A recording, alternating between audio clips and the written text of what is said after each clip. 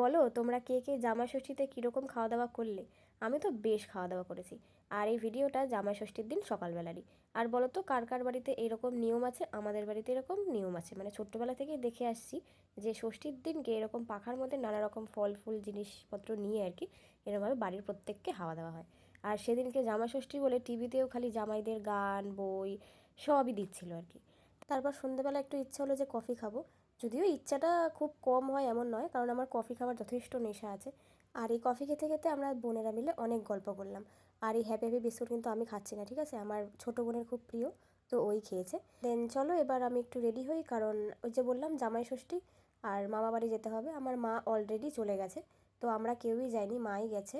তো আমরা এখন রেডি হব, হয়ে দেন তারপর যাব ওই আর কি পেট পুজো করতেই যাব। তো আমি একটু হালকা করে রেডি হয়ে নিয়েছি, কারণ গরমে আমার এত সাজুগুজু করতে একদমই ভালো লাগে না। তো আমার মেজো বোন যাবে না, কারণ ওর একটু শরীরটা খারাপ, তো আমি আর আমার ছোটো বোনই যাব। তো চলো এবার বেরোনো যাক, কারণ অলরেডি অনেকটা লেট হয়ে গেছে। আর তার মধ্যে দুদিন ধরে যা বৃষ্টি হচ্ছে কি বলবো, পুরো রাস্তাঘাট জলে জল। তো ফাইনালি আমি মামাবাড়ি এসে পৌঁছে গেছি পেট পুজো করতে।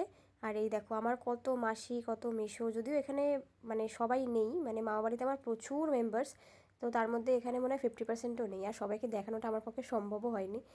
আর এই কচিকাচাগুলোকে দেখো, আমাকে পেলে তো মানে কি বলবো, খালি রীতিকা দি এরকমই করতে থাকে। আর এই পুচকুটাকে দেখো, এই যে আমাকে কি ভয় পায়, কেন পায় ভগবান জানে, মানে আমাকেও যে কেউ ভয় পায় একে দেখলেই আমি টের পাই। এবার চলো আসল কাজে ফেরা যাক, মানে খাওয়া দাওয়াতে।